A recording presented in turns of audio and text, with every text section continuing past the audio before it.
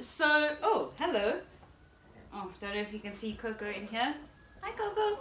Put her down on the floor. We thought we'd quickly do another video for you guys on the locations that we've invested in, and if you're looking to invest in property, what sort of locations you should be investing in, and other upcoming areas that we feel will be good in the future to invest in. So let's dive right in. Dana, where have we invested in as Streets Ahead?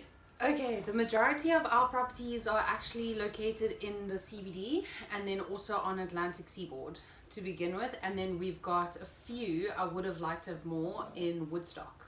Okay. So Woodstock, CBD, Atlantic Seaboard, specifically Sea Point, Fresnay, Greenpoint. Okay, cool. And why would you say that Woodstock is a great area, or why did we look at Woodstock and same with CBD and Atlantic Seaboard? I think when we looked at Woodstock, it was still on the up and coming, and we got in at a very good price per square meter. At the time I was still nervous, but it's actually worked out really, really well, and we've seen a lot of growth in all the properties we've invested in that area. Okay, very cool. And CBD? CBD, it's very building specific in the CBD. I haven't seen as much growth in some of them, like for example the Radisson Blue one. That is one that I bought a few years ago that has done well yield wise, but there hasn't been as much capital appreciation as some of our ones in Woodstock. Okay, cool. But still, why would you look at the CBD as an investment area? There's just such a demand. I mean, with the increased traffic, people want to be closer to work. It's just your quality of life the traffic's getting worse and worse, so the traffic is a big thing. Closer to your work, closer to certain schools for families, but it's specifically young professionals who are actually looking to live in the CBD. Okay, cool. And then Atlantic Seaboard? Atlantic Seaboard is for young families and young professionals who are earning really well, as the rentals are significantly higher than Woodstock, Observatory and the outer areas. And there has been more capital appreciation in Atlantic Seaboard, but at the moment, because of where we are in the property cycle and the economy as a whole, we have seen that capital appreciation that's been made drop a little bit. Okay, cool. But I mean, the lifestyle factors based on the location completely differ between Woodstock, 100%. CBD and Atlantic Seaboard. Yes, I mean, people just want to be on Atlantic Seaboard. That's why there's always such a demand. Sometimes your yield can be a little bit lower because your purchase price is high, but I mean, as a safe investment, generally speaking, we've done very well on our Atlantic Seaboard properties if you get them at the right price. Yeah, definitely look for the right price. Another place, sorry, that I forgot to mention was the Waterfront, our investments at the Waterfront. Oh yeah. And those were done about 6 or 7 years ago. We've got 2 apartments there. And yeah, those have done exceptionally well. There's a huge demand also for, I was actually sent you that article the other day,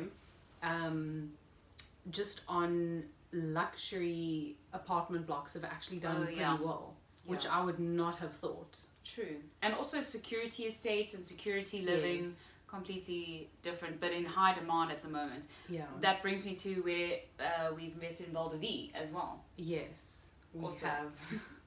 Also, completely different lifestyle, but a great location in high demand for families, obviously. It's just there's definitely a need for these security estates. I've also seen like Satari and a few other ones. We haven't invested there, but I'm definitely watching that space, and I think anything this side of the world that is in a security estate will do exceptionally well. Like the Waterfront apartments now, because of the security, they charging premium rentals, which are doing really well. And I think Valdevie is going to do exceptionally well. I think there's a lot happening out there at the moment, but once all the plots are finished being sold off plan, I think that estate is going to do exceptionally well. Okay, cool. And then where are we looking to invest next, or where would you look or advise people to look at maybe a first investment opportunity or up and coming areas in Cape Town or South Africa?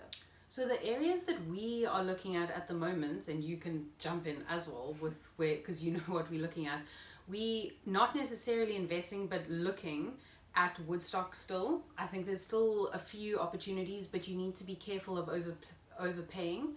So I would definitely do your market research and see the average rate per square meter, and don't overpay for property in Woodstock. Yeah. But Woodstock is still a very, very good investment in my opinion.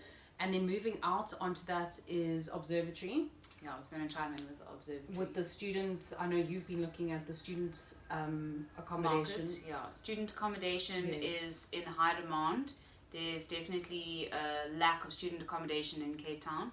And obviously with the influx and hype over Woodstock, Woodstock is becoming oversaturated. So it's going to flow over into Observatory as well. So we would look at Observatory as an area as well. Yes. Other areas? I like Kenilworth. Yeah, very nice. I like Kenilworth. Looking at a few options there at the moment. Also Claremont. Claremont, Upper Claremont as well. Just Very a lot good. of demand for those areas. I'm tending to stick away from the CBD going forward. And Atlantic Seaboard at the moment. Yes, not going Atlantic Seaboard or CBD.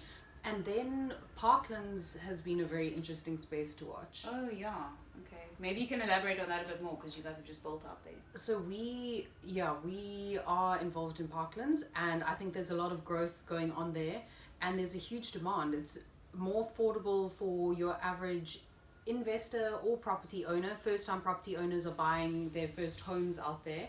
For young families, professionals, it's a really incredible area. There's a lot going on out there. Gyms, Curo School, Parklands College is there. It's a very up and coming area, and there's just a lot out there.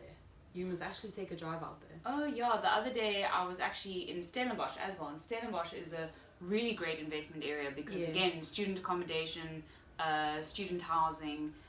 Also a trend that we've been seeing is micro cities are developing, like in Century City and Century Stellenbosch, City. Durbanville.